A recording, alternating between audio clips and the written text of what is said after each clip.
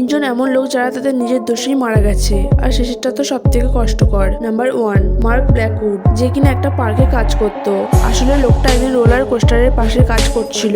তখন ওই রোলার কোস্টারটা মাঝখানে আটকে যায়, আর তার মধ্যে বসে থাকা দুটো বাচ্চা কাঁদতে শুরু করে। তারপর তাদের আনন্দের জন্য সে উপরে উঠে ওটাকে ধাক্কা দিতে শুরু করে। তখন রোলার কোস্টারটা চলতে শুরু করে এবং তার হাত পিছনেই আটকে রয়ে যায়। তারপর রোলার কোস্টারটা বাঁকতেই লোকটা নিচে পড়ে যায় এবং যার ফলে তার মৃত্যু ঘটে। নাম্বার 2, জস ম্যালিনা, যে 10 ফুট বড় প্রেসার কুকারের কাজ করছিল, আর ও কাজ করার জন্য প্রেসার কুকারের মধ্যে ঢুকে পড়ে। কিন্তু তার বন্ধু ভেবেছিল সে বাথরুমে চলে গেছে, আর সে প্রেসার কুকারটা বন্ধ করে অন করে দেয়। এরপর তাকে পুরো ফ্যাক্টরিতে খোঁজা হয়, এমনকি তার নামে অ্যানাউন্সমেন্টও করা হয়, কিন্তু তাকে কোথাও খুঁজে পাওয়া যায়নি। পরে যখন প্রেসার কুকারটা খোলা হয় তখন ওটার মধ্যে তার মৃতদেহ পাওয়া যায়। নাম্বার 3, একটা অ্যাডাম নামের ছেলে মাটিতে সুড়ঙ্গ বানাচ্ছিল। তখন হঠাৎ করে মাটি ধসে যায় এবং সে তার মধ্যে আটকে রয়ে যায় এবং যার ফলে তার মৃত্যু ঘটে।